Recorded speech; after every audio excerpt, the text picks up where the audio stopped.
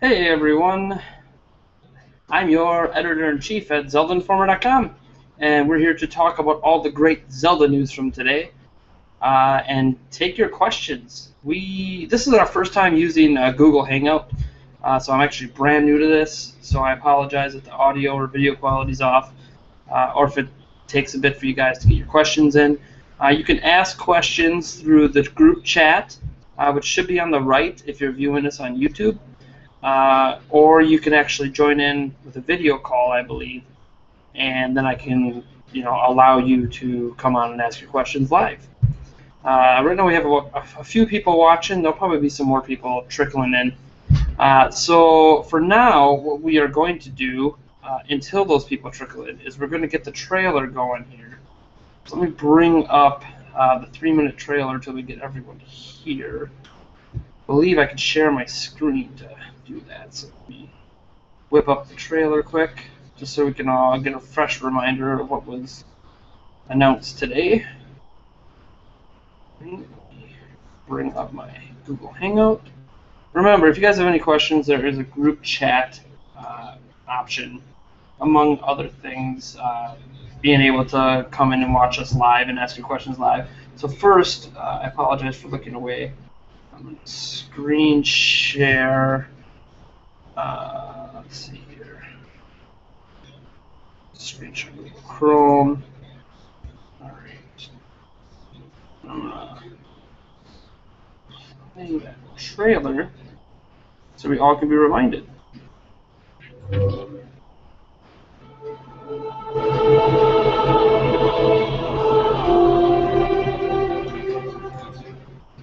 昨年私はゼルダの当たり前に直す。これを Wii U の新しいゼルダの Remember, if you have any questions throughout this trailer as we're watching it here again together, there's a group chat and you can join in through video and ask me questions directly. Again, I'm Nathaniel Rufflejantz, the editor-in-chief of ZeldaInformer.com. As we're going here, we're learning that the game is going to be based on the original Legend of Zelda. Heavy emphasis, mostly in the open world and the exploration. But he's talking about some enemies here and the graphics and how things advanced over time.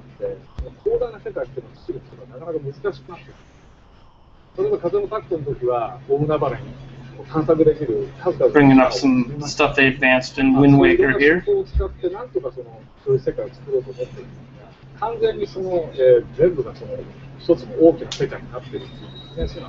talking about how hard it is to bring a full connected world together.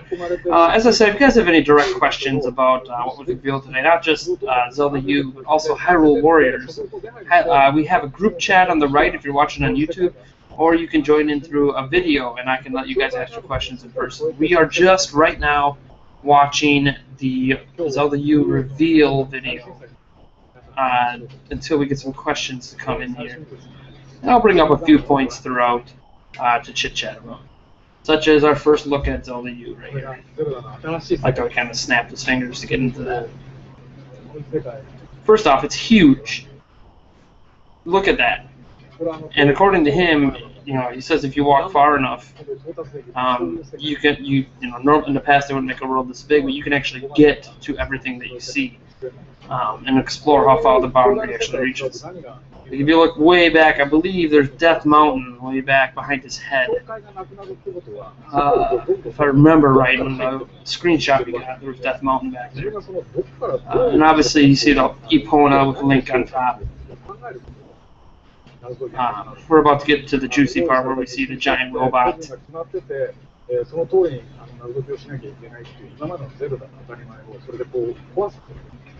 Talking about breaking the boundaries and all that great stuff he's been talking about for a while. Yep, the world's peaceful. I mean, first I looked at all that grass.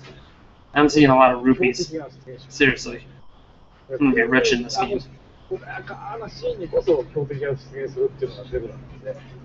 I think that combination,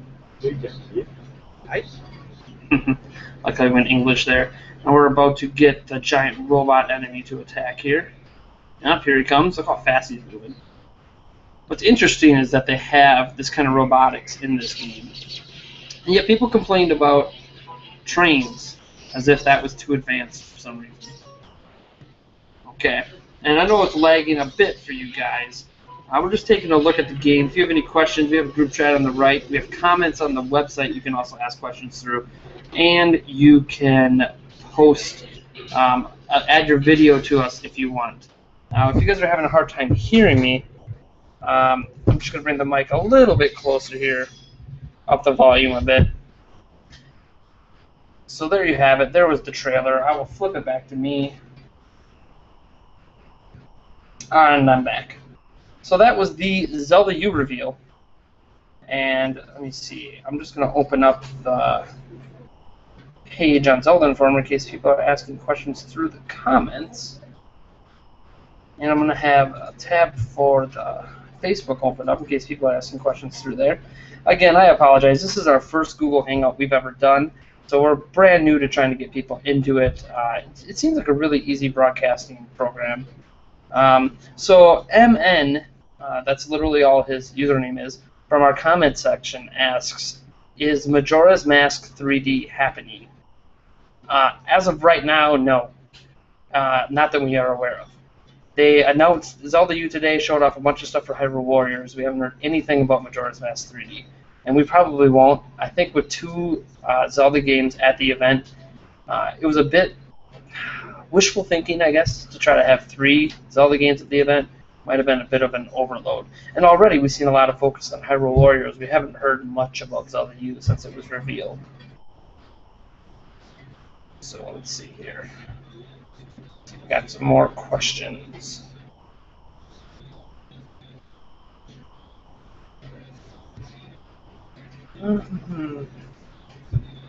Bring up the window again. Again, if you guys have any questions or concerns, you can bring it up in the chat window. Again, this is a Q&A, so I am waiting for your questions. Until then, I'm just going to talk Zelda. And how about Midna and Princess Zelda being playable in Hyrule Warriors? How was that for a twist? If you remember, originally Zelda was supposed to be captured or kidnapped or something, but she's actually playable. She might get kidnapped at some point during Hyrule Warriors, as the plot line goes. But she's probably playable either early in the game or late in the game, and probably missing in the middle. And there appears to be 9 character slots. So we only know 4 of the playable characters, which is Impa, Link, Midna, and Zelda. So we actually have quite a few more characters to come. Your guess is as good as mine as to who they could be, because that means there's 5 more characters that are playable. Wouldn't it be cool if you could play as the King of Hyrule? The Wind Waker style? I think it'd be cool anyways. So Arrow Heart from our comment section asked, did you think the blonde character was female, Link, or Zelda? Oh, I'm guessing you're asking about Zelda U? I knew it was Link the whole time. Assuming that's who you're talking about. If you're talking about Hyrule Warriors, it was obvious that that was Zelda. I mean, they've admitted it was Zelda, but with Zelda U, it was Link. I knew it was Link the whole time. I know people have this problem with how he looks, saying he looks more feminine, and I don't think there's anything wrong necessarily with that opinion that he looks feminine. I just think that Link's always kind of looked that way, and he's looked more and more that way over the years as graphics have gotten better and better. So I think that's just the way he's always meant to look. And sure, you could say maybe they could have did something different with his hair that would make him seem a little bit less feminine, but it doesn't really matter. He's us. We look at the back of his head most of the game. It's okay. I think he looks great, and I knew he was Link the whole time because Link's the protagonist. So yeah, and even when I saw the initial garb, he always starts out the game or not always, but traditionally, he's been starting out the game lately in different kinds of clothing, not the traditional Zelda garb. So keep bringing the questions in. As I said, I knew that question was going to come up because there's a lot of controversy with the fan base surrounding his appearance. And we're not getting anything off of Facebook here, and no one's talking to Google. So we're gonna do a rundown of some of today's news until we get some more comments in. So going down our list here, there's a question. The big question, and this is just because of a recent thing we posted. I got an ad playing. And this has come up because we had a recent thing asking, was it really Link in the Zelda U trailer? And that kind of links back to the previous question. And as I said, in my mind, there was no question it was Link. But Eiji Inoue has thrown a twist into that. Basically, he has said that he and no one from Nintendo has explicitly said that that character was Link. Now, how's that for a plot twist? So that actually throws my whole theory in a knot, because I thought it was Link. I'm sure you guys initially thought it was Zelda, and then it is Link. And now we don't really know, because Eiji Inoue is basically telling us that it wasn't Link, and that they don't, that he isn't guaranteeing that it's Link. And it's not really admittance by denial. It's Eiji Inoue here is basically saying it's not Link, but he's not going to tell us who it is. I doubt it's Princess Zelda. It's still, I mean, I know there's some feminine qualities there, but I just don't see it as being Zelda. And I know there was some controversy over right-handed, left-handed, but if it's not Link, is there really a controversy then? Because, I don't know, who do you think it is? That's really what I should be asking. Who do you think that Link is? Or that this character is in Zelda U? Because I have no idea. This is all brand new information. This just came off hot off the presses. And actually, I'm going to go save it to... I'm going to save it here on our Facebook page and get people talking about it. And I'm going to send it over to Operation Moonfall.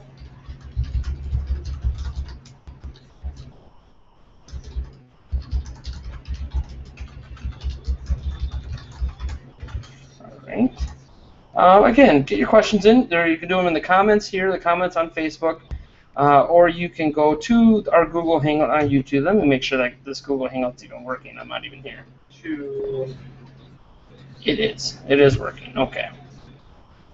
Remember, you guys can join in.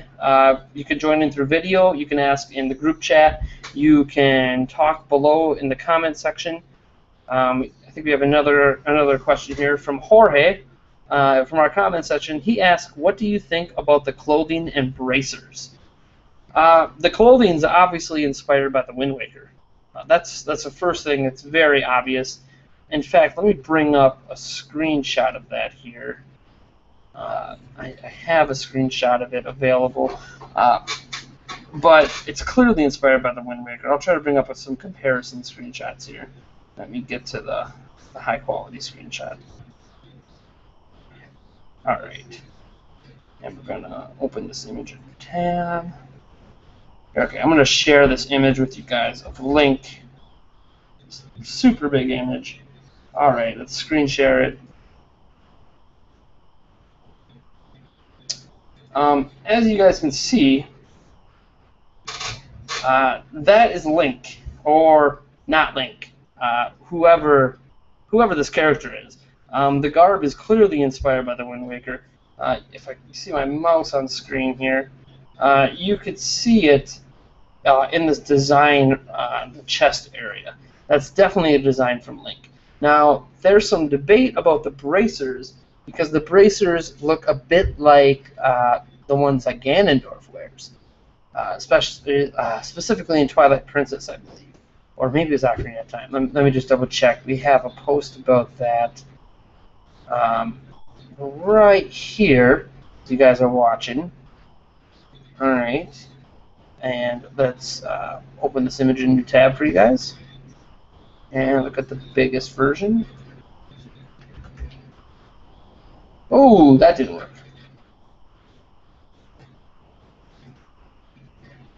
Maybe I just get rid of that. Nope. All right. Well, I guess this is the biggest image we're going to get. And as you can see, there are some similarities between the bracers here and the bracers here. And the only similarity is really this blue line that's on here. The little red circles are not present on here. There's actually a green, 4 green lines going this way around it. and then you have that little pattern that's a bit similar, but they're not really the same. That's why I don't think there's a lot to talk about with the bracers, because there's too different. It has a similar pattern, but we've seen this over and over again in Zelda. They tend to reuse pattern ideas, and I don't really think a whole lot of it.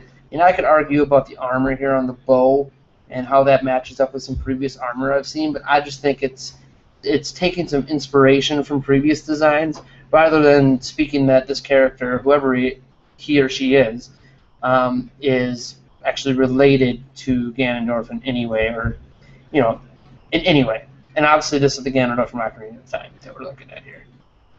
So let me turn back the video here.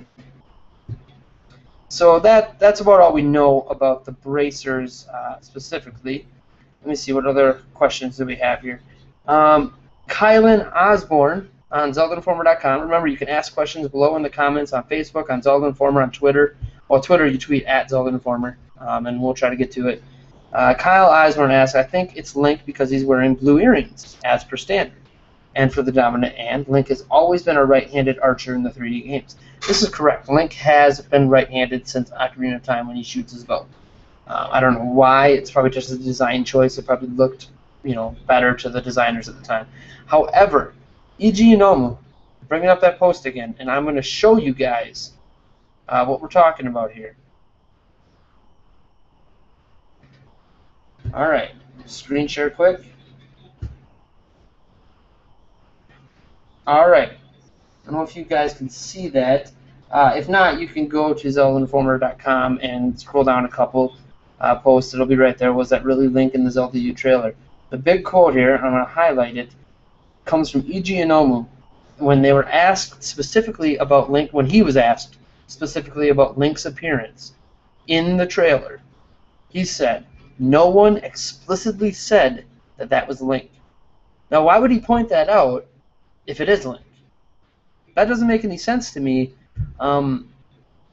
There's basically two reasons I can come up with. One, he's seen the reactions to Link's design, if that is Link, and he realizes that a lot of people doesn't like it, so he's going to change the design up so when we see Link again, it's not going to look anything like this character. Or two, it never was Link to begin with, which is honestly the more likely reasoning, just because E.G. Inomu, during E3, doing interviews, and I've seen him on stage with Nintendo Treehouse and all this stuff, he likely doesn't have time to be checking out Internet's reaction to what Link looks like. So he probably has no idea what we actually think of what that character looks like. So in this case, I think E.G. Inomu is telling us it's not Link. That doesn't mean this is going to be the character that we play in the game, but it's very obvious that E.G. Inomu is implying that this is not Link, and we are looking at potentially a new character or a playable Zelda, or maybe even an anti-hero, or we could be looking at someone who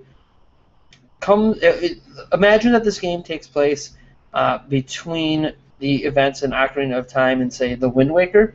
When the world gets flooded, there's always been a lot of talk about having a story during that time where you play somebody who thinks they're the hero and does everything they can, and then obviously fails at the end because the world gets flooded to stop Ganondorf by the goddesses. So, we've been waiting for a story that kind of fills in the blanks there, and this could be it. And then that would explain how this isn't actually Link, because Link would be able to stop Ganondorf, and this particular character might not be able to. Now that's just some theorizing on some very little footage and very little quotes that we have. So it means next to nothing right now, and in fact, everything we've seen could not be in the game. That robot might not be in the game, the arrow, the bow, none of it. We just know that this is how the game is going to look, and that Hyrule is going to be massive, because they've always wanted to make a Hyrule like that, but hardware limitations would previously not allow them to make the kind of Hyrule and open world they want to see in a game. The next question I have here is from I'm sorry if I mispronounced this, from Aryas Najat, from our comment system on ZeldaInformer.com. Says, is there a possibility that it's not Link, and how would that even work? I think I just went over a possibility of how that could work. The possibility it's not Link comes straight from E.G. Inomu, so there's obviously a very high possibility it is not Link. And if that does happen to be the main protagonist, I think a storyline between Ocarina of Time and The Wind Waker makes perfect sense, because you figure something happened then and someone tried to save the day and couldn't pull it off because they weren't actually the hero. Like the hero of time or hero of winds or whatever hero they needed at the time. They didn't hold the Triforce, and they weren't actually the person that was going to save the day. It's also notable that this character never had a sword. So if you're actually not the hero, then you wouldn't be able to wield the Master Sword, and hence no sword in the trailer. This is just me guessing. We have no idea what they're thinking, and hopefully as the interviews start coming out, we'll know more and more little tidbits about the game. As we just learned from VentureBeat, I had a brief conversation with Eiji Inoue.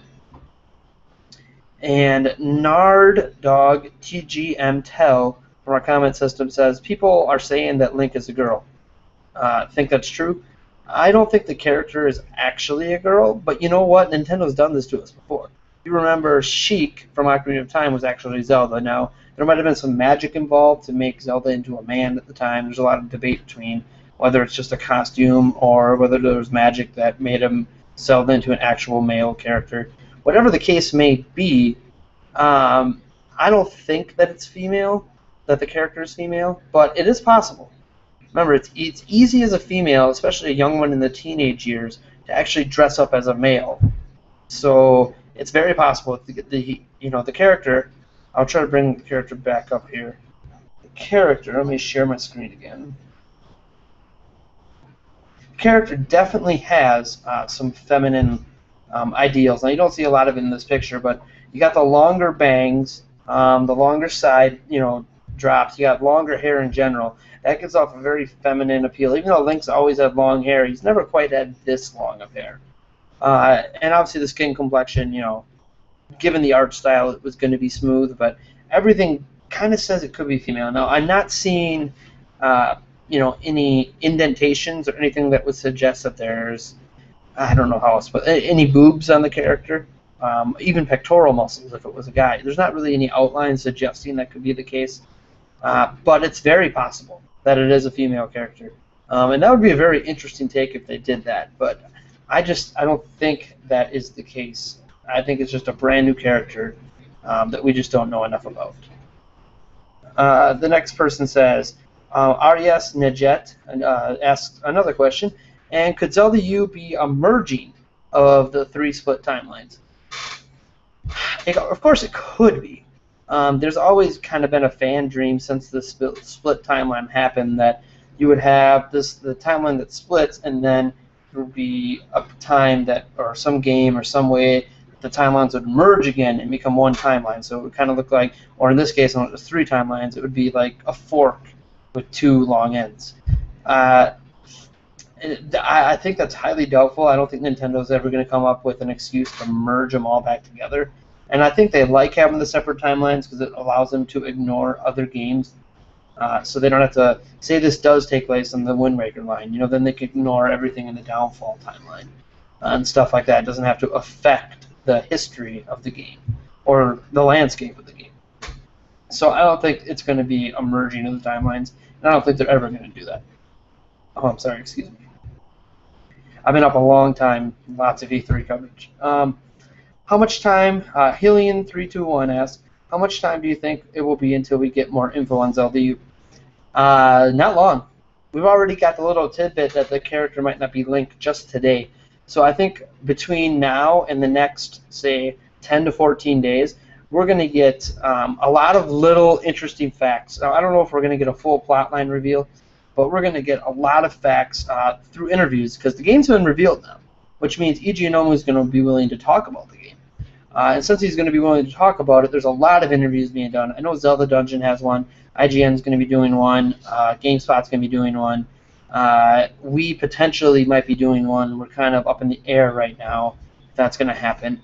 But reality is that there's going to be a lot of interviews coming up, and they're going to talk about Hyrule Warriors and Zelda U. And Zelda U is going to be the bigger topic because it's a newer game. So we're not going to have to wait long. We're going to hear about it. Now, the next time we're going to see the game, the release date window is 2015, so anytime in 2015. So I would guess we would see the game closer to when Smash Bros. Is going to be coming out for 3DS or Wii U, so either in October/November area. Because they usually do a Nintendo Direct around there, or they'll do the Nintendo Direct in January next year, and then we'll see the game with new footage and screenshots again. Just because it's good timing to remind people that, hey, here a big game just came out, but look at the big game, look at another big game coming up. And they might probably kind of package it up with Star Fox. I think next time, or the first time we really get to see Star Fox Wii U, will be the next time that we see Zelda Wii U, because I think both games are going to be coming next year. And God, it would have been nice if they gave us some sort of title today. Kind of tired of calling the game Zelda U. Next question. I've got 5 more here. Let me see. I'm going to go to a question instead of a discussion. Kyle Osborne asks, could we potentially be learning the story of Sheik in the 7-year gap in Ocarina? Now that's obviously an interesting possibility. If we go back, let me bring up that. I should stop closing images. I'm going to try to bring back. I'm trying to bring up that image of Hyrule quick because there was a point I wanted to make that has to do with that specific image. All right. So there is a chance that this very well could be the game. All right, and there's the big shot of Hyrule. There is a chance that this could be the game that happens in those 7 years, but if it is, I'm a bit confused. I think it would be more likely that a game like Hyrule Warriors would be the game that happens in those 7 years, but we already know that that's not the case, and that Hyrule Warriors likely has nothing to actually do with the Zelda lore. If it does, great, but it's probably not in those 7 years. There's just too much stuff going on to really match up with what happened to Hyrule in those 7 years. But if it is the game that happens in those 7 years, it's interesting because when you look at this official art, it doesn't really look like there's anything special going on. It doesn't look like anything's been conquered. You can't even see Hyrule Castle. Actually, now that I'm looking at this, and this is a pretty big shot of a massive world, there is no Hyrule Castle from what I can see. So that doesn't mean Hyrule Castle isn't here. Hyrule Castle could be on the other side of these cliffs over here and these mountains, or over behind this range over here. Or heck, Hyrule Castle could be behind us somewhere. This is just looking at one part of Hyrule. There could be more. But I think a more likely explanation, if it's not a game that takes place before, if it's not a game that takes place before the Wind Waker, could be, and I'm just throwing this out here because I don't see a Hyrule Castle, is what if this is a game that happens after Skyward Sword, but before the full, complete foundation of Hyrule? If you think about it, Skyward Sword was a pretty colorful art style, and this is a very colorful art style, so it won't be too far-fetched to say those games are linked together. And all we see, we have a little cottage over here. We have never seen a cottage like this really in a Zelda game, just out in the field before. We have another cottage down here with a well. We have a goat herder over here. Looks like we have might be a couple structures back here by what looks like a lake. Whether that's Lake Hylia or over here. I'm sorry, Lake Hylia looks like it's over here with the waterfall down into a pond area. Either way, there's a couple structures way back here. If you look, to me this looks like a pretty rudimentary civilization. Plus we have whatever the heck this is over here. This definitely got some steps here and some ladder. Who knows what's going on over there? But this doesn't look like a game that would happen in those 7 years because the land doesn't look like it's been lived in very much, if that makes sense. If you look at all of this grass, I mean, when have we seen a game that has this much wild grass going on and not a lot of paths? Reality is that this actually looks like a game that could very well come post Skyward Sword, but before Hyrule's founded, which means they have a lot of playroom because nothing that happens in the future has a deep impact on what happens here. And it could be that this could be after the time of Link and Zelda, which would mean that, well, however Hyrule is founded doesn't necessarily have to be because of the Hero of Time. Plus, there's that mechanical stuff going on. If you remember, there was a lot of mechanical stuff in ancient Hyrule, and then we got to see some of it come to life in Skyward Sword. So it could be that mechanical stuff actually hints more back also at at a post Skyward Sword but pre Ocarina of Time kind of game. All right, so let's get back to the questions here. These are great questions, guys, and some things I never even thought about, like the fact that this might be a post Skyward Sword. I kept thinking maybe a pre Wind Waker game, but now I look at that closer. It looks a lot more like a post Skyward Sword. So let's see. Jorge asks, what do you think about the Gerudo markings on the wristbands and the marks on the hood? All right, let's go back to I knew this was going to be a topic brought up. The marks on the hood. Let me see. We need a good image of the hood. Don't know if I have. I don't think Nintendo gave us a good image of the hood. I might have to pause the trailer. It's a good observation if you got the hood. We haven't done our full trailer breakdown yet, so I'm just trying to see if I can get a good shot. Okay, that shot. Oh, let's enlarge it if we can. All right. So this is the best shot I have that is a high quality shot. Okay, if you see, I think he's talking about these markings right on the edge of the hood here. And then we also have some markings here that are more Skyward Sword-like on the hilt. And then if we switch over to this image, you can see the markings on the wristbands. And I think that's what Jorge is asking about. And as I talked about the wristbands, they don't really mean a whole lot. At least not to me. It just doesn't. It's a similar design, these orange things, but they don't really. It doesn't match up exactly. In fact, I had that image brought up because people keep comparing it to Ganondorf. Well, here's Ganondorf from Ocarina of Time, and I apologize for the small image. I don't have anything larger than this, but as you can see, it's very different. There's a lot more of the humps than there is here. There's none of that circle design on this at all. The red circles do not appear on Link's wristbands. It looks like a completely new design to me. It just has a basis in a previous design they've had. So kind of like a homage, if you will, to a previous design choice they used in Ocarina of Time. Now, if you look back on the hood, where does that hood shot? Oh, here it is. If you look back on the hood shot, there's not really those symbols on there. We've seen those in other areas, not just the Gerudo. I think we've seen it on some of the Sheikah stuff, and it's hard to really know what that means right now. There's obviously it could be a relation to the Sheikah because there's a lot of mystery surrounding that whole race. I don't know if it's really a race, more like a culture or a cult or a group of people. There's a lot of mystery that surrounds that. So I mean, heck, it could be even that we're looking at a Sheik or Sheikah here. Instead of Link or Zelda or whoever else you might think that character is. It's really hard to know. We're just kind of taking shots in the dark. We need to see more of the game, and more importantly, we need more screenshots that can give us more information about what's going on. But yeah, that's about all I have in terms of his garb when it comes to the hood and the wrists. Now, a couple other people have been chiming in on some of their thoughts, so we're going to bring them up here. Like how Kyle Osborne thinks that he's Link because he's wearing blue earrings and stuff like that. That doesn't really mean a whole lot. They could easily put blue earrings on another character.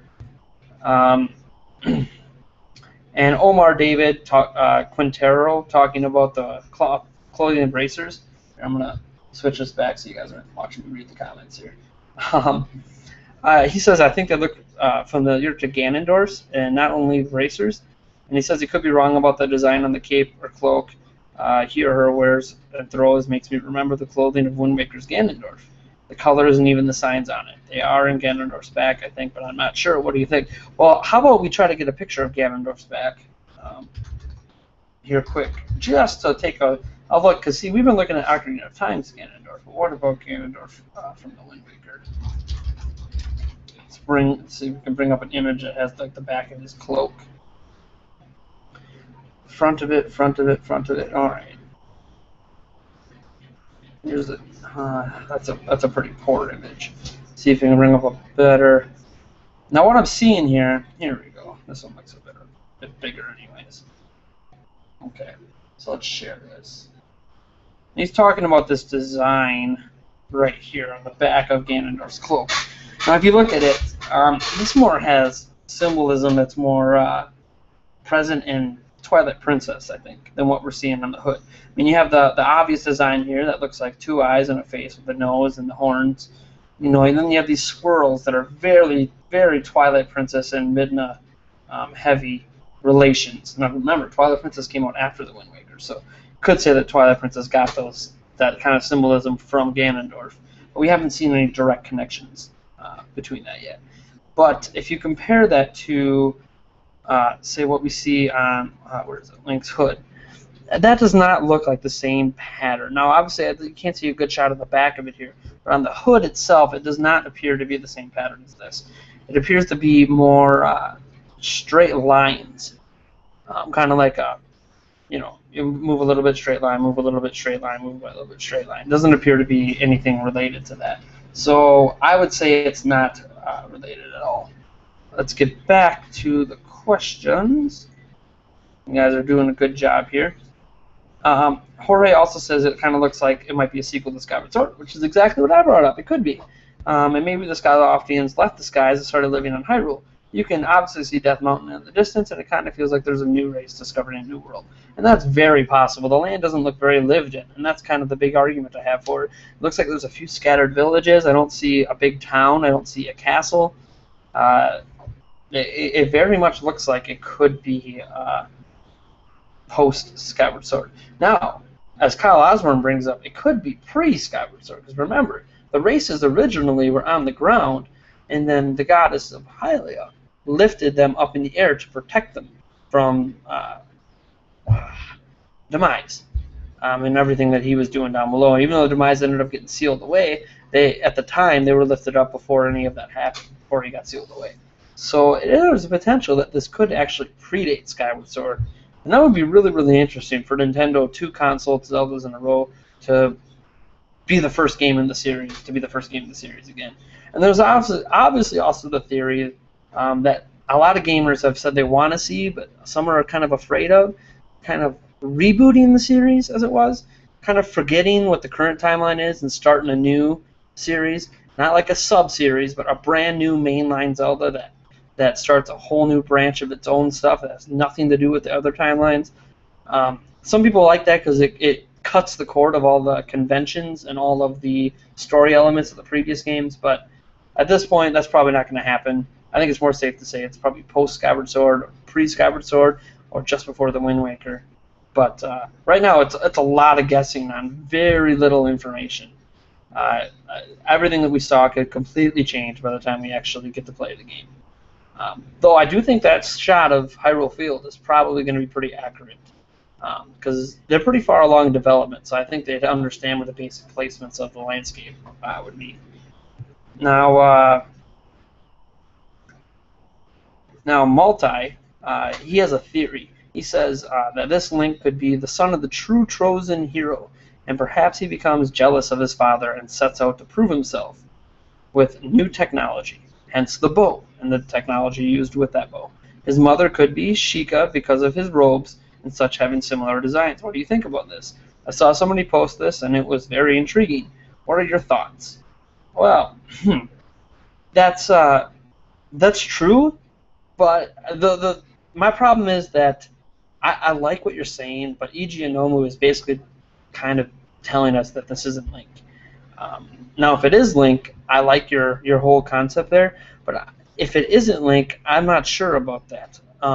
It could be that this is a person who thinks he's the chosen one, which is what leads me into the whole Wind Waker, pre-Wind Waker storyline concept. Because it's somebody who could have been raised by Sheikahs or been a child of the Sheikahs, thinks he's the chosen one, gets told his whole life he's the chosen one, and he ends up actually not being the chosen one, and he fails. Which I think is an interesting timeline to explore, an interesting story to explore, but again, we're just guessing. We're taking shots in the dark. It's so little information. Jorge says, so was that the official reveal for Zelda U? Because usually the reveals have name and release date. Yes, that was the official reveal. And actually, if you guys remember back, they do not usually give a name with the official reveal, nor do they usually give a release date. They usually just reveal the game and give you a vague idea of when to expect it. If you remember, the Twilight Princess reveal actually did have Twilight Princess with it.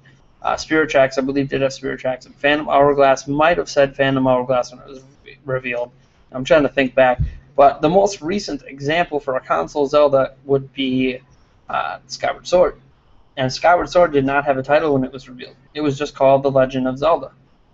Which is why we at Zelda Informer kept calling it Zelda Wii, just like we're calling this one Zelda U, because we don't have an official title for it. You can't just call it The Legend of Zelda, because that references the whole series. This game was called The Legend of Zelda at the beginning. So that doesn't tell us anything unless it's a reboot and the game is actually just titled The Legend of Zelda. And that would be really awesome. I mean, heck, what if it was a reimagining of the original The Legend of Zelda? I mean, there's a lot of ideas with that, but I don't think that's the case, especially since that game did start a Link, and EG Uno was suggesting this isn't Link. As for a release date, they said 2015. That falls right in line with the usual Zelda reveals. A vague idea of what year to expect the game in. And it's probably going to be holiday next year. Could be sooner, but I just have a feeling they're going to want it to be their big holiday game for Wii U. They got Smash Bros. This year. They're going to have Bayonetta and X and all those games are going to be out by the time next 2015 holiday comes. Excuse me a second. A little parched.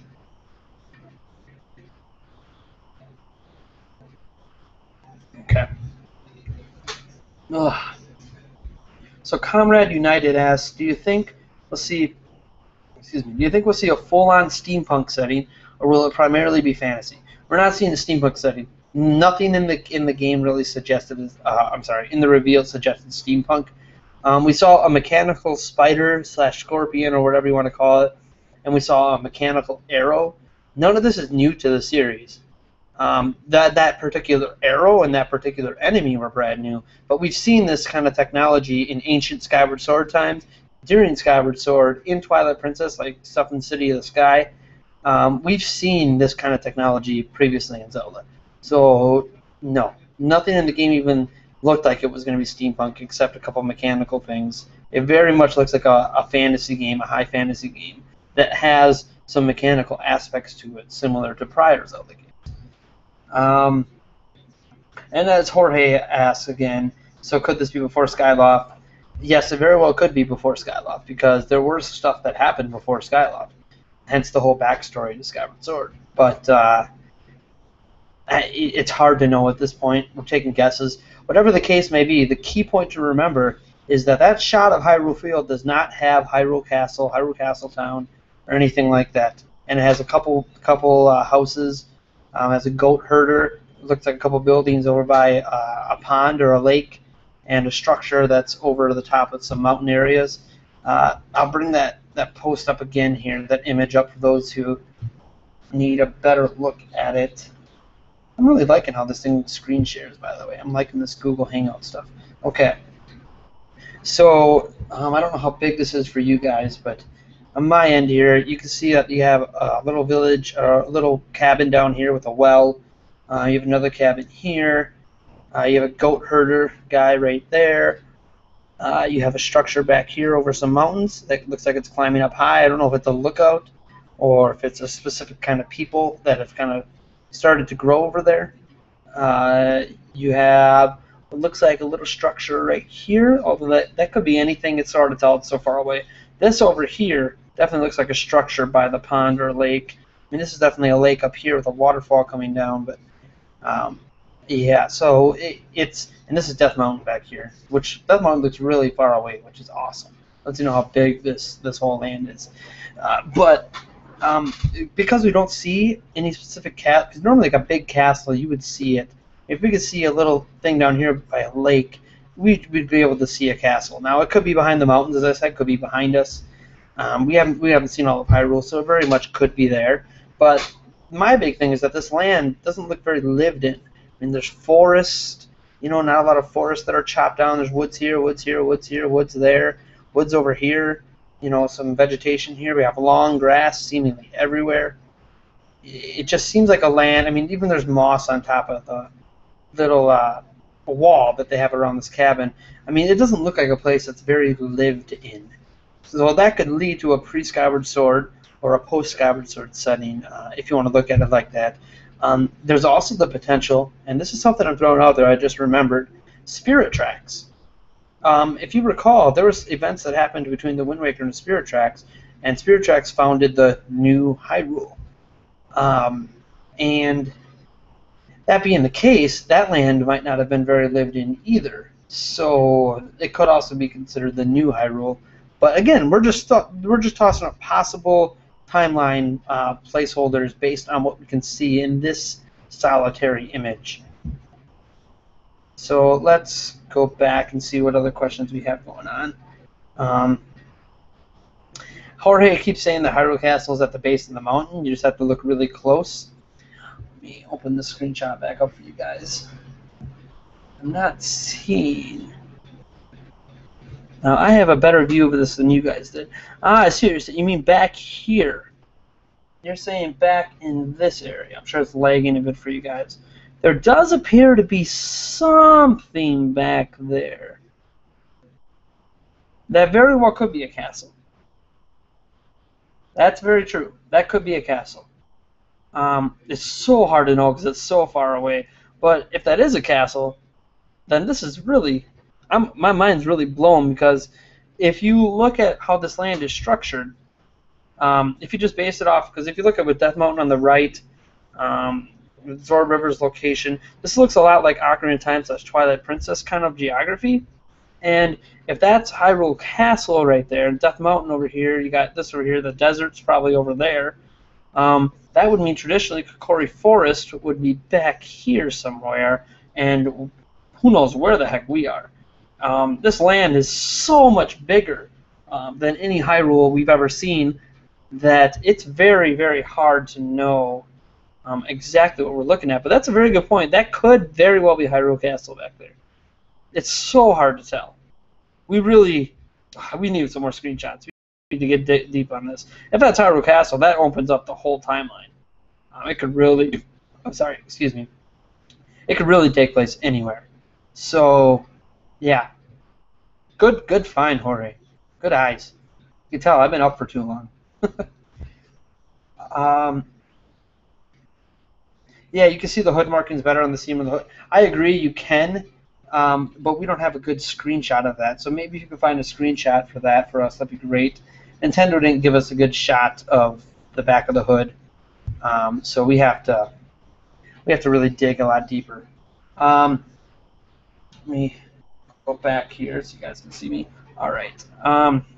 Please examine the shield. It somehow reminds me of a goddess. Could that help with any theories, like an SS sequel? Again, I don't have a good image of the shield. Let me... I have a great image of the robot. I'm surprised no one wants to talk about the robot. There's a couple awesome images of the robot. Doesn't seem to be much for the shield for me to look at. So I don't have much to say on that until I can get a better image, because I'm not going to go through the thing frame by frame right now. I don't have anything prepared to do that. Now, Electic says that, oh, it's Ravio. Spoiler alert for people who don't know what's going on out there. I'm not going to get too much into Ravio, who's a main character in A Link Between Worlds, which I actually happen to have my special 3DS for here. I'm not going to get too much into the Ravio thing, but it's not Ravio. Ravio is also part of an alternate dimension, or like an alternate version of Hyrule, and this doesn't look like the alternate version of Hyrule, so yeah. It doesn't look like Ravio, like, at all. I mean, I can see the similar design with the hair, but that you could argue that's a similar design that Link had of his hair in A Link Between Worlds as well. So, all right. So Jorge asks, okay, wait. So a question about the Hyrule Warriors trailer. All right, changing pace here. Ask a question about the Hyrule Warriors trailer. Ganondorf appears at the end. What significance does that have? All right. This is where I admit that I am unprepared. I have not seen the full Hyrule Warriors trailer yet. I have been busy trying to cover E3 at 2 different sites. And let me see the Hyrule Warriors trailer. I believe we featured it, didn't we? Is that not featured on our site? Of course it's not, so then I gotta dig for it. Alright, Zelda U trailer. Official box art. I've seen a lot of the gameplay. I saw the whole Nintendo Treehouse gameplay for it. And we have some exclusive Hyrule Warrior videos popping up in the next few days. But let me find the Hyrule Warriors trailer. Alright, I think it's on page 2 on ZeldaInformer.com. I'm sure you guys already have it popped up and are looking at it, but here we go. Alright, you guys can watch this trailer live with me. Just because I haven't seen it.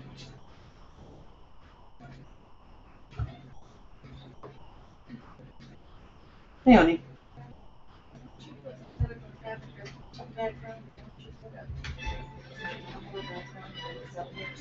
No.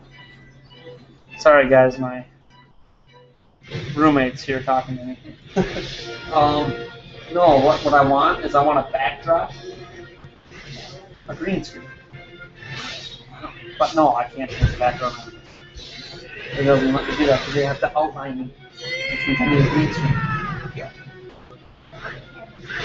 Yeah, no, you're talking about webcam stuff. This is streaming with internet stuff. I don't know. I can't do it. I'm not getting out, talking to people about Zelda right now. We can discuss this when I'm done, okay? Now let me watch the trailer. I haven't watched yet, but people are asking me questions about it. Sorry about that, guys. Welcome to my everyday life. Just trying to improve this stream for you guys. Sorry if the video's lagging again. This is Google stuff, so. Okay, got the Great Fairies there. I just want to see the end here with Ganondorf that I saw.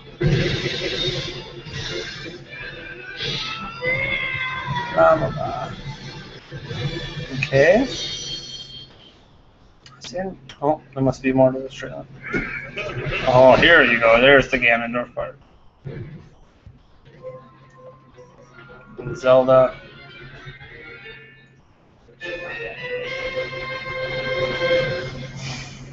Alright.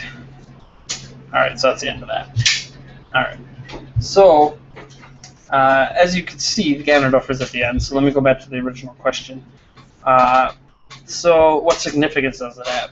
I think that indicates that Ganondorf's the evil, and he's been that evil spirit all along that consumes, that's been sealed away and consumes Sia, however you pronounce it. And it is, yeah, I think that's all it signifies. Ganondorf's the big bad dude. I mean, I don't know what else it would signify. And it makes a lot of sense. They've been using a lot of traditional Zelda stuff, so. Omar David Quintero says, does anyone else find similarities between the hood markings in Ganondorf's clothing and Wind Waker? Again, I really need a better image of that hood. If one of you guys can get me an image of that, chuck it up in the comments, and I could take a deeper look at that hood. I can't examine it right now because Nintendo didn't give me an image to look at. As Jorge says, if Link fails, what's the point of playing? So this is in regards to my, I don't think it would be, obviously I don't think the character would be Link in the case of failure. But this would be like the game that would happen before Wind Waker if that's the case. The point of playing is the journey. It's actually what Electra just said. It's the journey that matters. We don't really play, I mean, how many of us actually play Zelda games because we want to get to the end? Or like we want to instantly defeat Ganondorf or whatever the case may be. If that was the case, we would just get a sword, walk up and chop the guy's head off. Stab him in the head right away, stab him through the heart. That's not fun. What's fun is what it takes us to get there. So even if we fail to save Hyrule and it ends up getting flooded to save however many people that the goddesses can save, it doesn't really matter that we lost. It matters what happened for us to get there, how it impacts us. I mean, how many movies have we seen where good doesn't triumph in the end? Does that make it a bad movie? Does that make it not worth watching as a movie? I don't think it does. I think that sometimes makes a more compelling story because we're so used to, especially in Zelda, seeing the hero win, that it would be interesting to see a game that tackles the emotional impact of going through this long journey doomed to fail. I just think that's just such a compelling way for Zelda to go about telling things that if they really want to change up conventions, that's a big way to change it up. Not only not have it not be Link, and have it be a new character or a different character in the game like Zelda, but to have you fail in trying to save everyone. I actually think there's a really good chance at a compelling storytelling there, which I know some people are not going to like because there's no voice acting likely, or there's likely no voice acting, but and I know some people think that kills story immersion, but that's a different debate for a different time. So Super Decimal, welcome. Man, I haven't seen you in a long time. Okay, Super Decimal and I and a bunch of us as Elder Informer go way back. But Super Decimal asks, has anyone asked you about my thoughts on the inclusion of the Terminum Moon in the Hyrule Warriors, and what you think of more MM elements and characters in the game? High possibility. All right, so we'll start with that question. I think it's awesome for starters. When I saw that in the Nintendo Treehouse footage, I was geeking out like crazy. Like, oh man, the moon, it's in Hyrule Warriors. I mean, if we think about the games we've seen referenced, I think it's been Ocarina of Time, Skyward Sword, maybe not Skyward Sword yet. Ocarina of Time, yeah, Skyward Sword, The Wind Waker, Twilight Princess, and now Majora's Mask. So we've seen 5 Zelda games that I can think of cameoed and referenced in Hyrule Warriors. So Hyrule Warriors is either a massive mashup, or as I said in a different theory, it could be a game because we saw Skyward Sword. It looked like it might have been coming through a portal in the sky. It could be that these time portals can bring different eras and different time periods of Zelda together. And that would explain how Majora's Mask could be in it, because even though it's an alternate dimension, they would be able to travel through time, and if they could travel through time, why not travel through dimensions and pull in elements of Majora's Mask? And if that isn't true, then all Hyrule Warriors really is a mashup of everything in Zelda. So that would definitely mean we'd see probably more elements from Majora's Mask. Maybe things such as transformation masks, and we could see things from other Zelda games too. I think we will. I think other Zelda games are going to make their way in. But yeah, it's a high possibility we're going to see more Majora's Mask things than just the moon. They've had multiple things from other games, so there's something that they're hiding. I mean, maybe Skull Kid is a playable character. Oh, imagine that. And your next question, also from Super Decimal, and what do you think of the very heavy Easter eggs of MM in many Nintendo games recently? Like Animal Crossing, Smash Bros. I can actually toss in, what game was I just looking at? Obviously, A Link Between Worlds had some references, but that's a Zelda game. But I know what you're getting at.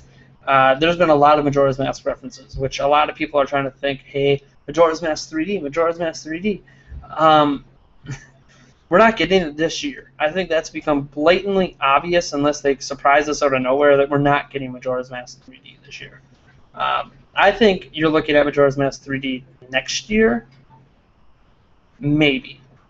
And if not next year, then for sure the year after. The problem we're running into is we're getting deeper into the 3DS life cycle, and we're getting deeper into the Wii U life cycle. So if we look at it as Hyrule Warriors is a Zelda game this year. Now, if you look at it, they've been going almost one game a year. Now they can do that with remakes. So we had like the Wind Waker HD last year, plus A Link Between Worlds. We have Hyrule Warriors this year. We have Zelda U next year. They could sneak in a Majora's Mask 3D like in the summer before Hyrule Warriors comes out. That's what I think is a good release time. Some space between Hyrule Warriors and Zelda U. You could kind of sneak Majora's Mask 3D in the middle, or it would come out the following year after Zelda U. But then you could argue that it's almost time for a new handheld Zelda game. Plus, we'd be talking about potentially in, what would that be, 2016? We could be potentially talking about the successor to the 3DS at that point. So we're running out of time, is what I'm kind of getting at. So I think Nintendo wants to do it, or that Eiji Inoue wants to do it, but he's just so swamped with other things going on that the best they can do right now is a bunch of Easter eggs and cameos. I think it's going to happen someday. I'm not so sure it's going to happen this generation. It could be good, I guess. Better. I mean, it'll look even better on next generation hardware, I guess. As for the identity of the character in Hyrule Field, I don't think at any point it was said likely not Link, just that it wasn't explicitly stated to be Link. You are correct. It doesn't say that it's likely not Link. I've been kind of putting my own interpretation on Eiji Inoue's words there, so I shouldn't be doing that. It kind of misrepresents. He said Eiji Inoue did not say that that character is not Link. He said that it's not explicitly Link. And for people who are a bit unsure, I'm going to give you the exact definition of explicitly for those who might be a bit unsure of exactly what that means. First definition is fully and clearly expressed or demonstrated, leaving nothing merely implied, unequivocal. Basically, that it could be Link, but he's not saying it is Link. That's basically what he's saying. It's not technically Link, but it could be Link. I don't know. It's so hard to interpret. I mean, I think if it was Link, why would you even say something like that? You would just come out and say it's Link, personally. That's why my interpretation is he's saying it's probably not Link. But you can interpret it any way you want. It could still be Link. It's highly possible. Going on here. All right, Hillian321 says the world doesn't look lived in, but there are some. I said that the world doesn't look lived in, but there are some ruins. You're correct. There are some ruins. In fact, I could bring up the image of that here. You can see it very clear in this. This over here, that looks like a ruin to me, or a statue, or something that the robot just destroyed. And if you look at that, that actually reminds me a lot of the little mechanical dudes from Skyward Sword, which could hint at placement. Hint, hint, hint. But if you look at some other images, like in here, I'm sure I'm not looking close. Oh, look, I forgot. There's a couple more people over here. And if you look, they're wearing the Japanese or Chinese those hats, those sun protecting hats. Interesting. But yeah, there's probably some runes in here that I'm just not missing. Oh, I guess there's some remnants down here maybe, and that looks like maybe another horse right there. I'm sure there's some other scenes with some ruins. I don't doubt it. I mean, just because a land doesn't look lived in doesn't necessarily mean it hasn't been lived in, if that makes sense. Like when you see the ancient ruins for like, what is it? Those religious ruins. You can see some in England and Scotland. I don't know why I can't remember what they're called, but just all that means is there has been people that have lived there previously. But there's a difference between like having people who have lived somewhere. Like you can have someone who's lived in the woods, or a generation of people who have lived in the woods for say 200 years. But if it's just those specific people that live there, and not a lot of people, the whole forest isn't gonna look like people have really lived there. And that's kind of what I'm getting at in the whole lived-in thing, is that there's obviously people here. I think in this screenshot now there's 3 people, plus a horse, plus a couple goats that we can see, plus Link or whoever that character is. And that doesn't mean, that the land's really, really lived in either. I mean, to me, I guess to define lived in to me would be that it looks more civilized. A lot less adventure-y, I guess, and more, I don't know, downtrodden. And, like all that long grass, a couple goats, goats eat grass. It's just it just doesn't look like there's been a lot of settlement going on. At least not where Link is right now. That obviously can change depending on where he is. There could be some more settlement down by the lake. If that is Hyrule Castle in the background, there could be a lot more settlement back there. So, I don't know. I was just talking about how I personally feel. Obviously, you can disagree. Multi has a theory. He says, perhaps this is a prequel to the Minish Cap. This could be the first steps of Hyrule in the building of the kingdom. Yes, that is potential. And obviously, the Return of the Bakori. If that isn't Hyrule Castle in the background, and there is no Hyrule Castle, that is definitely possible. But again, that's just talking. And Electric, I know you're trying to give me a bigger pic of that area to zoom in on. I actually have. It doesn't look big on your screen, but my screen here is a 25-inch monitor or 24-inch monitor, and it takes up my whole screen. It actually leaks a bit onto my second screen. I have the full-size image, the full 1080p image of that area, so that's what I'm looking at. You guys just can't see it like that when I share it. You can see it on Zelda Informer if you right-click, open in a new tab, delete a couple things, and get the full image. But yeah, it definitely looks like that could be Hyrule Castle back there. There's not enough detail to know for sure, but it looks like it. Could Zelda U be a continuation of Spirit Tracks? Jorge asks. And Jorge is getting a lot of questions. In the new Hyrule, hence the very modern technological advancements. Very well could be. I also think every time someone posts a guest, it shows up as Jorge on your end. That is incorrect. I can actually, Jorge, it's funny you're saying that because every time someone posts as a guest, it comes as a Jorge. We actually had a guest comment earlier. You are not posting as a guest. We had Arrowheart was a guest, MN was a guest. Jorge's not a guest. Trying to say yourself as a guest. That is not the case. And I can actually check your IP, and your IP of the last 5 Jorge posts matches up. So, yeah, you're all the same person. Or people using the same, like maybe you're in a college or something. But your name actually shows you are a guest, technically, but all the IPs are the same. So there could also be something going on in our system. You got to remember, Zelda Informer and Gamnesia are getting slammed with comments today. Combined, this could be the highest hit total we've ever had between our 2 websites today. So moving on, will we ever get a Zelda game that looks like the 2011 tech demo?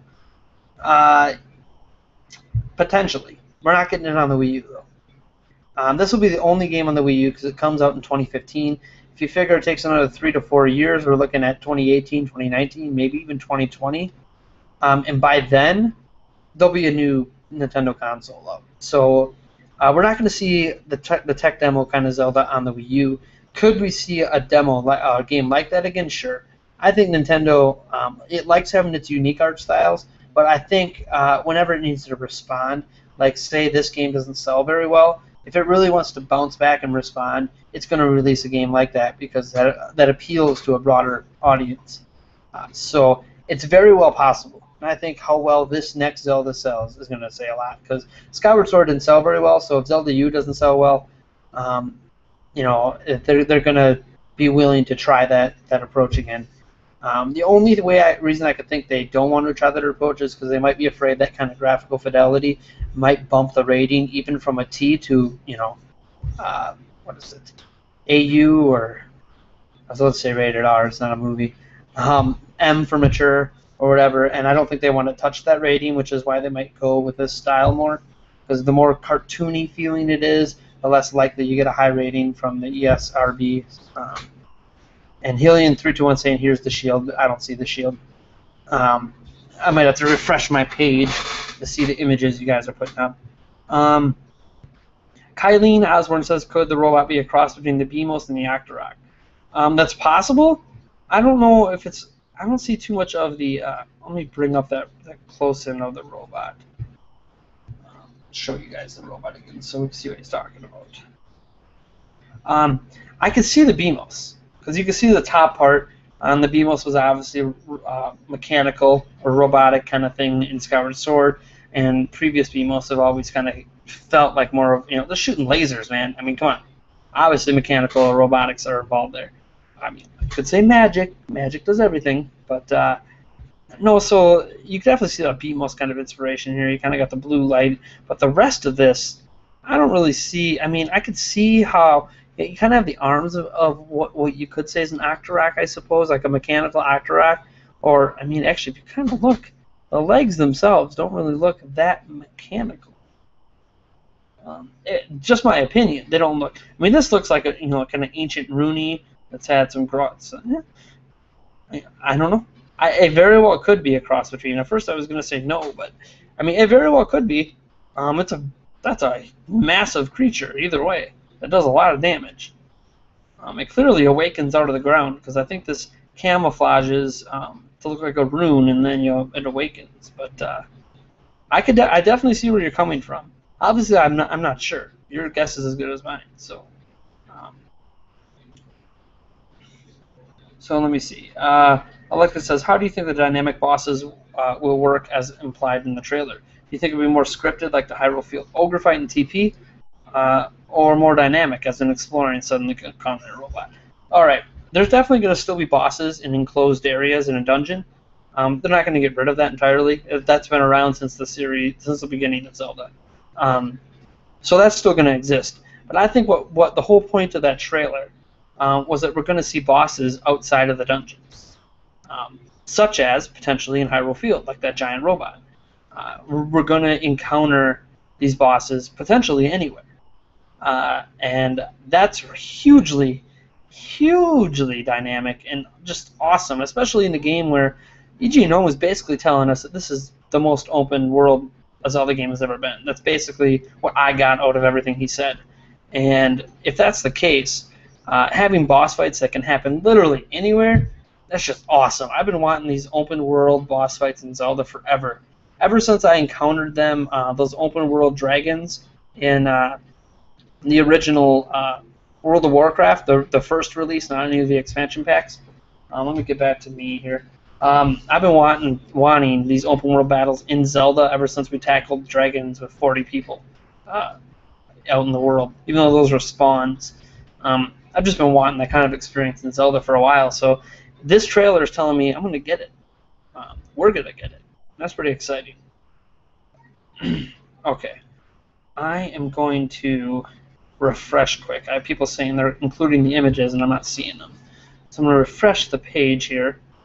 All right, yeah, here are the images. Okay. You guys are talking about trying to give me a good shot. Yeah, and there's the runes you're talking about. Yep, I mentioned that. Actually, that specific rune I actually mentioned already. And the bigger pick, like I said, that pick's actually the exact same size as the one I have. In fact, I have the actual BMP file. You're looking at a JPG. I have a BMP file that's actually higher quality than this. It's like 30 megs big or something like that. Like, it's a massive photo. And it still doesn't tell me for sure that that's Hyrule Field back, or I'm sorry, Hyrule Castle back there. But it's something. It looks like a man-made structure for sure. So it could be. Definitely has the makings of what looks like a village that you've seen on other small maps in video games. So let me see some other comments here.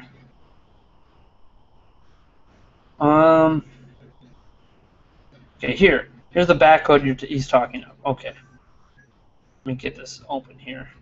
I'll let you guys look at the back hood that people are talking about, trying to compare to Gerudo's or Ganondorf. Okay, this obviously came from a GameSpot video. Why didn't you get it from the Zelda Informer video? Anyways, that's okay. There's other websites out there. All right, I'm looking at the design. I'm guessing that's sideways, right? That's flowing backwards, right? Yeah, I think that's sideways. I don't think this is a straight up and down. Could be wrong. Maybe it is. I don't have that Ganondorf picture open. That didn't look like the let me get back to that. Okay, there it is. Shut that. And then, okay. Oh, excuse me. Yeah, that doesn't look like the Ganondorf design. The face is a bit different, if you want to call it a face. I can see it definitely has the little swirls. As I said, later got adapted into Twilight Princess for things that meant more than just Ganondorf. They were present everywhere in Twilight Princess. It seemed like a kind of a theme for the whole game was swirls. And actually, I think we've seen these swirls in Majora's Mask before too, if I remember right. Which is why we seem to liken that mask that Midna wears to Majora's Mask stuff, because it also has these kind of swirls. So I definitely see what you're talking about. At least for the swirls, the face doesn't line up, but the swirls do. That's very interesting. It very well could be in relation to Ganondorf. Man, imagine that this is Ganondorf's child. That'd be a crazy game. That'd be so crazy. I don't know if I want to talk about that right now. Not until we get some more information. 14 Arrow says, couldn't Nintendo just pass it off to Grezzo? I'm thinking talking about Majora's Mask 3D. They very well could. And obviously, Ocarina of Time 3D was done. I think that a lot of it comes down to timing. The right time to release Ocarina of Time 3D was pretty much last year. They didn't do it. And then we got A Link Between Worlds and the Wind Waker HD. So now if you look at the progression of the Zelda series, we're kind of into a whole new cycle of Zelda stuff, which means if you want to give it time to shine, it needs to be between Zelda releases. And, we have Hyrule Warriors coming up real soon. Zelda U is coming up, a year after that probably. It doesn't seem like there's a good time to squeeze in Majora's Mask, except for next year's summer. So we'll see. Obviously, Grezzo could do it, but I know Grezzo is actually working on 2 projects right now. So I doubt they could do it right now, but it'd be a game they could probably toss together in 6 months. So it's, yeah. And Standing Stones, yeah, I'm not going to bring it up now, but that's what I was looking at, talking about before. There's also those one runes, those circle runes that the pagans used for rituals. Those runes too. I was thinking about those ones too. I don't know why I can't remember what those are called. When someone says it, it's going to be so obvious to me. Okay, so let's go back to my ugly bug.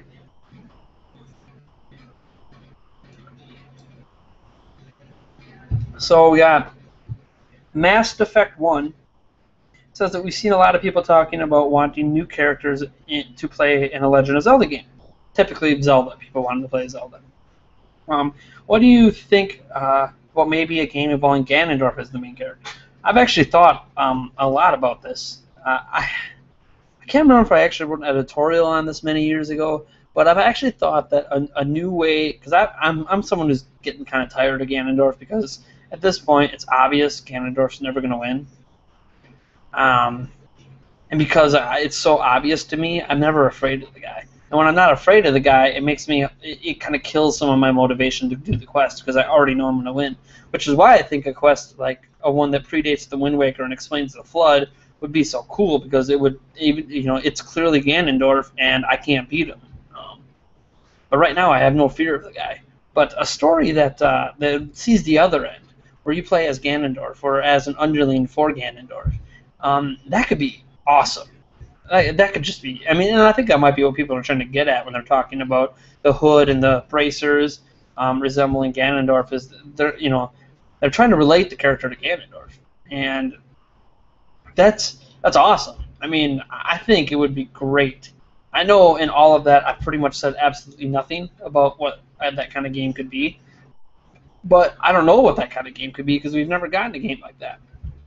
So your idea is as good as mine, but I have a couple theories about a game that could be like that, and maybe I'll attach it to Zelda U later this week. I plan to write a few editorials this week speculating about the game further, especially once we get the interviews, when we get some more information. So Kyle Oswald says, you missed this one early. If Termina is a different dimension and universe, as some people theorize, I believe it's a different dimension confirmed in Hyrule Historia. I believe. I could be wrong. Don't quote me on that. I don't have Hyrule Historia right next to me to check it. This could take place in Termina's past or future. It could, but I doubt it. Hyrule Warriors, I think, in all likelihood, is just a side game that just mashes all the Zelda games together. I know we want to theorize about timeline placement, and I've done it myself, but to be honest, all side Zelda games have had so little to do with the actual Zelda series that I don't think it's worth putting the effort in at this point until someone asks EG&O point blank, is this part of the timeline? And if he says yes, well, all right, Hyrule Warriors is part of the timeline, then we have some work to do. But right now, no one's asked that question. Someone needs to ask them. Maybe we should. Hyland 321 says, how much? Oh wait, we already did that one. All right, sorry, I was looking down at some images. Okay, here's the shield. All right, see the problem with that image of the shield, I can't see much on it. It's so. I mean, I see some of the swirl symbols again. But the shield shape, the circular shape with the rivets there and the thing in the middle, that reminds me of a Skyward Sword shield. But I need a finer outline of that symbol. All right. Stonehenge. Yes. Yeah. Stonehenge. The famous ones. Yeah. Yep. Those are standing stones. Thank you, Kyle. Thank you for that.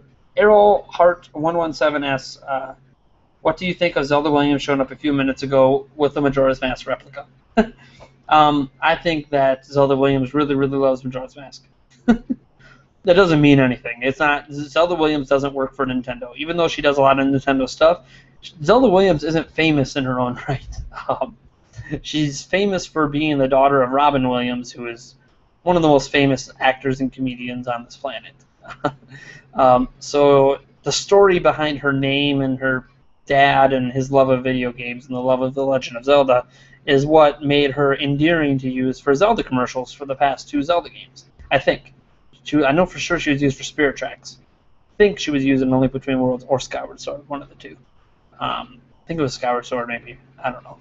There was a commercial. There was more commercials for Spirit Tracks than the other games. But anyways, I don't think it was a big deal that she had the Majora's Mask replica. She's just representing her fandom. And she, like all the other Majora's Mask fans, is trying to do all the symbolism and all the pushing they can to get Majora's Mask 3D to happen.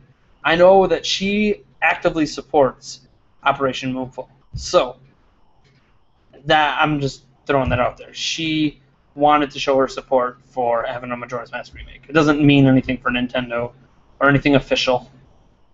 Let me see here. We might start winding down here. It's about 10 o'clock here. No, it's only 8 o'clock Pacific. Let's just get a few more questions out of the way. Mass Effect 1 says, back to my previous question a bit, they've done a good job showing Ganondorf as a villain with a just cause sometimes. I especially agree about that in The Wind Waker. I almost felt bad for Ganondorf in The Wind Waker. But anyways, which is why I wouldn't be against an incarnation of Ganondorf as a hero instead of a villain, where what he wants is actually right. And see, that's why I love The Wind Waker so much. Ganondorf, his purpose in that game, it didn't feel wholly evil. How he was going about it was definitely bad. Kidnapping and trying to get Princess Zelda. That was definitely bad. But he wanted old Hyrule to return. He didn't even want it to return as his domain. He just wanted it to be back. He wanted the world not to be flooded anymore. And there's a lot you could understand about that as a player, and I really love seeing that side of Ganondorf. And if you explore that further, making him kind of a hero would make sense, but then you have to have an evil that's greater than him. Now you could argue that one already exists, Demise, if he comes back. But there has to be an evil greater than Ganondorf that would make Ganondorf give up his lust for power and try to stop somebody else from coming in and taking what he believes is his. I think that's the only way it would really work, is because Ganondorf, with his lust for power, wants Hyrule to be his kingdom, but it can't be his kingdom if somebody else is taking it over, and he's not partnered with that someone. Then I think that's how we could turn where Ganondorf could be the hero, and then through that, you could have a lot of emotional connections with Princess Zelda and other characters in the realm where he realizes that maybe he shouldn't be wanting to conquer Hyrule, but be a protector of Hyrule. But again, then you have to have an evil that's greater than him. So that would definitely be interesting. Multi has a... nope, we already read that. So I have it sorted by best. Let me sort by newest here. Quick. Okay. Yeah, Arrowheart. I know you meant at the Nintendo Smash Bros. Tournament. It doesn't mean anything. Again, talking about Zelda Williams taking the Majora's Mask out there, it doesn't mean anything. It just means that she's a fan of Majora's Mask. She doesn't work for Nintendo, sorry. Anyways, and your question about Termina was in reference to the Zelda U title. Okay. The problem, we don't know enough. It's hard to talk about Termina and alternate dimensions and things. I know you were talking about Zelda U potentially being... okay, sorry. Go back. I thought you were talking about Hyrule Warriors because of the Termina reference in there. There isn't really much I could say in what we saw from Zelda U that suggests a connection to Termina right now. Maybe I'm just getting tired and I need to go to sleep. But I don't think there's a lot that we're seeing to suggest that this happens in the same dimension as Termina. Could happen, could be. I don't know. I'm not Nintendo. We get on to some questions I might be able to answer a bit better. Mass Effect, back to my previous question a bit. They've done a good job. Okay, wait, we just did that one. Sorry. Hillian321 says, do you think a graphic style in relation to other games is a viable clue as to the game's placement in the timeline? Or do you think it's unrelated? It's a good question. Yes and no. If we actually look at the history of the series, a lot of similar art styles have been placed similarly together. The Wind Waker, Spirit Tracks, the Wind Waker, Phantom Hourglass, Spirit Tracks, Ocarina of Time, Majora's Mask. And even then, with Twilight Princess happening on a different timeline, it's technically Ocarina of Time, Majora's Mask, Twilight Princess. 3 similar art styles in a row on one timeline. Same with the Wind Waker, Phantom Hourglass, Spirit Tracks, FSA, TMC, Look to the Past. It's just if you look at it, it does seem that way. There does seem to be a pattern where the art styles are kind of sort of in relation with games that they're closer to in the timeline. So in that theory, based on what we've seen, it suggests more either towards the Wind Waker or towards Skyward Sword. I think more Skyward Sword than the Wind Waker, but then again, there's the other side where I say no, because I don't think Nintendo picks their art styles based on where the game's going to be in the timeline either. So I don't think Nintendo thinks about doing that, but I think they do. They accidentally have that happen outside of intentional sequels like Ocarina of Time, Majora's Mask, or The Wind Waker, Phantom Hourglass, Spirit Tracks. I think a lot of times like FSA, TMC, the Twilight Princess, it kind of happens by accident. They don't make Twilight Princess thinking it's going to be kind of like a sequel to Majora's Mask. They don't think like that. But that's a good way to look at it. If you kind of look at the history, there's some trending to suggest that you can use the art style to have a good guess at where the game could place. Sword with No Name says, maybe he doesn't have his robes because the game is set after Skyward Sword, before Minish Cap. That would make the whole exploration and discover theme make more sense, as if the new Hylians are exploring the lands and new Link gets his green robes from a dungeon, or something like that. Customizable clothes. That's all very possible. As I said, this is all based on the theory that this land isn't very lived in. Plus, we see some Skyward Sword references with the technology and the ruins. And there might be Hyrule Castle. It looks like there could be. I'm probably leaning more towards that there is Hyrule Castle in this land. Which it doesn't mean the land's still not new. It could be shortly after the founding of Hyrule Castle. But that's a very good point. I like the customizable clothes idea. I know there's a classic garb for Link or the hero, but having customizable anything I think is always good. Making the character unique to who you are. Plus, you can always have the classic look should the player want it. That needs to be in the game. I think we're long due for some more customization. Besides, wear a red tunic, wear a green tunic, wear a blue tunic. Let us customize a bit. Put on a scarf or, different color earrings, or actually, I think they did the earring thing once. Different handcuffs that aren't just like, oh man, I put on these ones and they give me more strength or more power or more magic, or just have them be just for aesthetic reasons. I want to have a chainmail one instead of a leather one, or I want a cloth one just because it looks cooler. Or even the ability to put our own designs on some of it. Now that would be cool. It would also confuse people because then screenshots would come out with homemade designs, and people would say, "Oh man, look, it's Link's related to the Sheikah." But by then, we'd probably know it's customizable at that point. So Nat says this game appears to be very open and sprawling, which may lend itself well to the focus on a long-range weapon. You think the bow and arrow and other types of arrows, like the ones we saw in the trailer, will be the focus of this game? It's easy to say yes because that's all we've seen. We have only seen the character use a bow and arrow. So it is easy to say that that's going to be the case, especially with the specialty arrow that we saw. I think that the game is going to have an emphasis on combat from horses, which naturally favors bow and arrow. So potentially, that's all we've seen. So I could say yes, but we haven't seen enough to really know. That's all. I mean, we just don't know enough. Hopefully, maybe we could sneak that question to Genome. Ask him if the bow is going to be more prevalent. All right, so Multi says, I want to talk about that robot and analyze it a bit closer. Who's with me? Like, seriously, guys, it's not a Skyward Sword robot. A full-on attack robot. Pokey might be there or something. Yeah, as I said, we're talking to... and I'm the one that said I want to really talk about this robot, and no one's asking about it. There's one question about it, not two. It's very interesting. It looks like it's part robot because it's got the beam and it's got the lights going on throughout the rooms like we saw in Skyward Sword. But then it looks like it's a living creature on top of that. Like it's not just a robotic. And I mean, these legs could be. I mean, these could be metal plates right here, and looks like there's some energy here in between. But it also could be a living creature. I mean, it's hard to know. And in Skyward Sword, I mean, there might not be a difference between mechanical and living creature, because those mechanical guys that we dealt with in Skyward Sword were still living creatures too.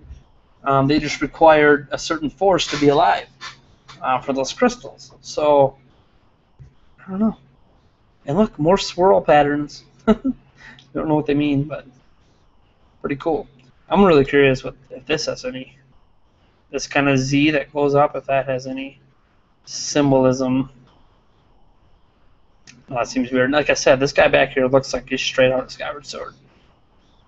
That's the only thing that he reminds me of. I mean, potentially, you could say he reminds me of an owl, Gabora, but I think it reminds me more of the guy from Skyward Sword, especially with the swirl on the top.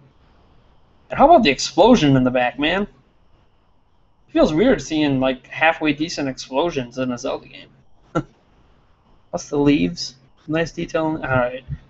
When I start talking about leaves, it might be time to call this a wrap. So let me just see if there's a couple more questions, and we'll be done. Mass Effect 1 says there are tons of open time jumps between games at this point. What parts of the timeline would you like to see more fleshed out? Personally, I would like to see, to go back to me for this last run, I'm only taking 3 more questions after this one. So we're at 4 questions to go, and we're all done today. So there are tons of open jumps between the games. What part of the timeline would I like to see more fleshed out? All right, I've talked about some of them. I would like to see pre-The Wind Waker fleshed out. I want to know more details about what leads up to causing the flood.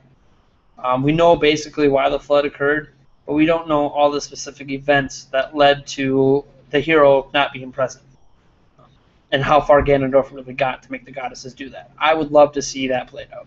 Obviously, everyone wants to see the imprisoning war. We just haven't seen it.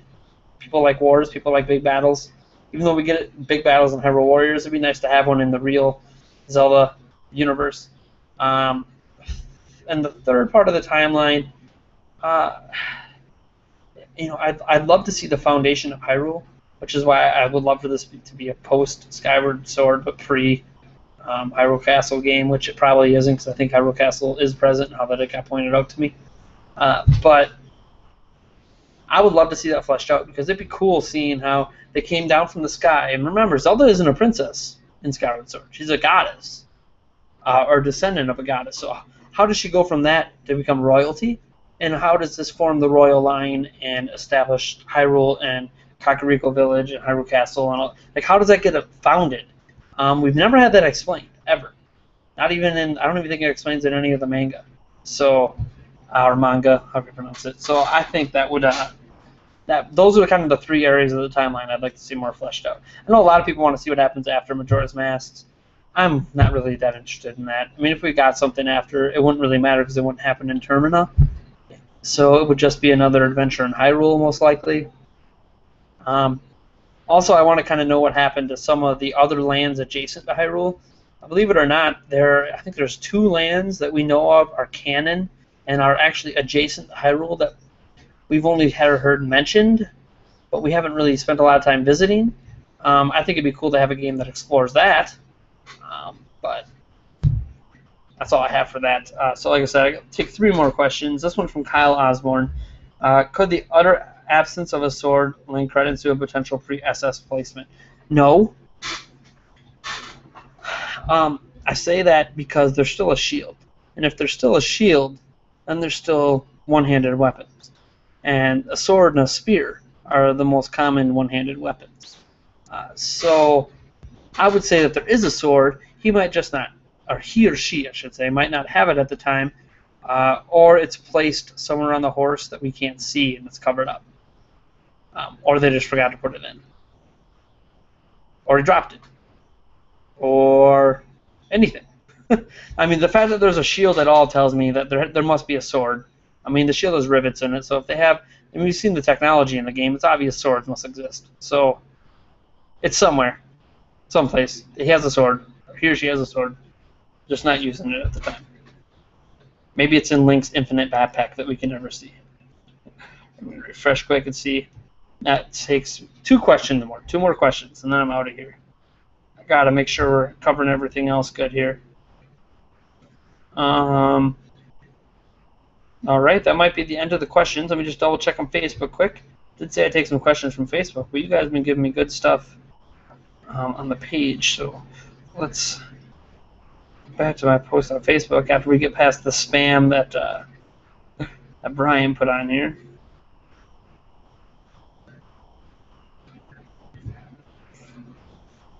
All right. I said I'll take two questions, so let's take a couple from Facebook quick here.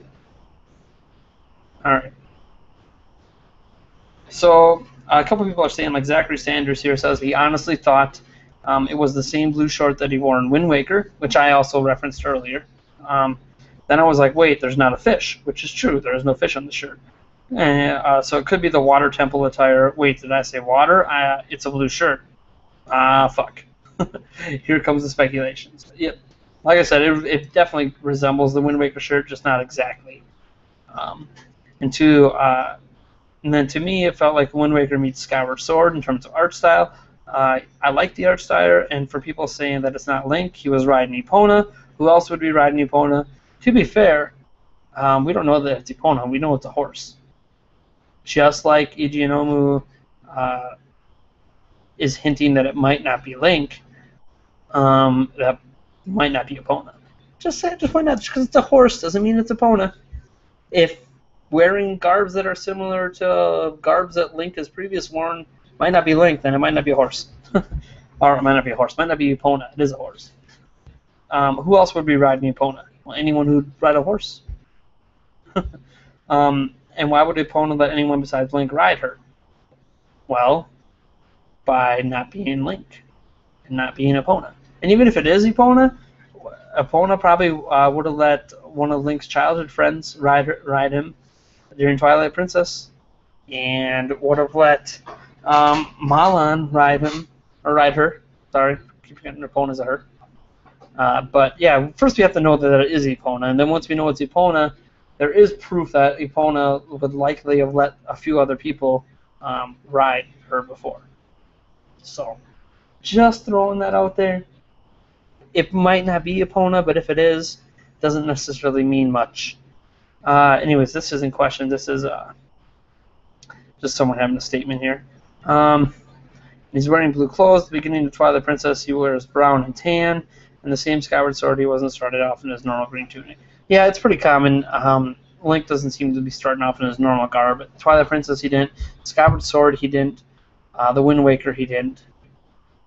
Link Between Worlds, he did, I think. So, yeah, I think you seem to be right. There seems to be a trend with some of the 3D games. Michael Contra asks, can it be a kid from Twilight Princess if it's not Link? Obviously, it could be anyone.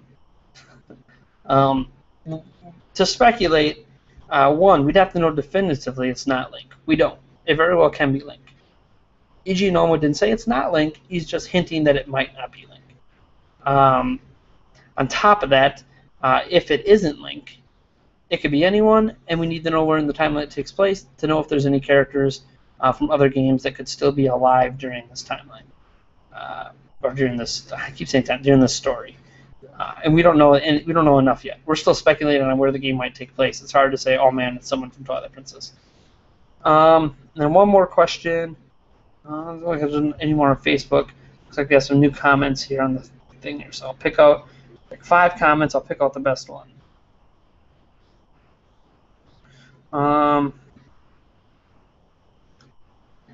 Yin Yin says there's a sword visible on the horse. Good night. Helion321 says he can't see it. As I said, there's a shield, so there's probably a horse. There's probably a sword. And if there isn't, then it was probably left out accidentally. I'm trying to look here on the horse myself. I don't see one on the horse's right side. See if I have another image of that horse quick. Oh, sorry, when I said right, no, that was right side. Yeah. I don't see one on the right side, but every image I'm seeing is of the right side. I didn't see the left side really good. Like I said, there very well could be. I don't think the sword is really worth a discussion point. Anyways, that wasn't a question.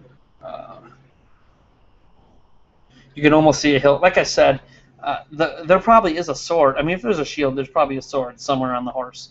And it's just hidden under all the other stuff that's on the horse. Which we haven't talked about any of the other stuff the horse is carrying. Which, again, is another interesting discussion point. But we'll get to the last question. As Mass Effect said, because I was just talking about Epona, it's never the exact same Epona between games. And this is really true. The Epona in Ocarina of Time is not the same Epona that you see in, say, Twilight Princess. Not the same Epona. Different horse. Different horses can have different personalities. Just saying. Anyways, Bobby, and this is the last question we're taking tonight. There's been a couple other questions here. We're going to stick with Bobby's because it's a new question, a different topic. Well, not a different topic, but a different take. Did you notice the watchtowers and the gate in the field image? All right, let's bring up that field image here. Share it with you guys. Watchtowers and a gate. See if you guys can see it. All right. Watchtowers and a gate. I see a watchtower potentially right here. This structure right there could be a watchtower. I'm just examining closely here, trying to see if I see a watchtower or a gate anywhere. I wish you guys could see my eyes scanning the screen because I'm looking so close at the screen right now, trying to decide.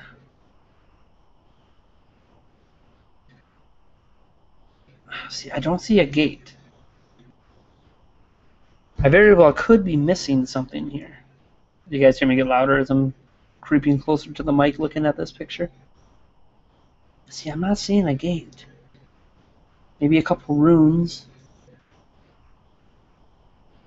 And like I said, maybe that one watchtower. You could argue two if you count this area over here, but that's not really a... I mean, it could be a lookout, but that's not much of a watchtower. I mean, this looks more like a watchtower structure right here. I don't see a gate. Someone's going to have to point that out to me. I don't see it. So what do I think about it? I don't know because I don't see it. And I obviously didn't notice it. So you'll have to point that out to me. Someone looks like they said they had a screen grab of the sword. Let's bring that up. Boom. There it goes. Sword. Sword confirmed. Link / whoever this is has a sword and a hilt on the horse. Proof. Evidence. And thank you, IGN and Rewind Theater. Yes, I know what Rewind Theater is. So there you have it. Link has a sword. Or whoever this character is has a sword. Is just not using it right now and using the bow. Probably because the bow is a better item for sword combat, especially with this boss being at a distance here. Out of sword length. Except for the leg. When I chop at the leg. Because it's not the weak point, that's why. And also, there's some other cool stuff here. Like whatever this is on top of the satchel. Not sure what that is. Looks like some string tied around something here. And then this, which is either the quiver bag or a blanket. Something like that. See, it's so hard to know. Alright, well, we're going to end the discussion right there for tonight. I'm going to look at this thing that Bobby made quick for you guys. If it opens up. It's probably spam. But I'm going to stop that. It's taking too long to load. I think that might not be a legit link. Especially since it's saying click the back image to zoom and all this stuff. I'm not going to go through all that. And you guys might not be able to see it. Alright, well, that's going to end our hangout tonight. I thank all the viewers we've had. I have no idea how many we've had. I know how many we've had active. Some of you guys have been stuck around for the last couple hours, so thank you. We might do this again, hopefully with more people involved, and getting you guys in some video chats and making this more of a regular thing, because we like talking about Zelda, not just in editorial form, in video form, through comments directly with you guys. We love it. This is what we love to do. We're Zelda Informer. We don't just like to inform, we like to speculate. Alright, you guys have a great day, and I will see you probably at the end of the week. We might do a recap once we know some more information. Alright, bye.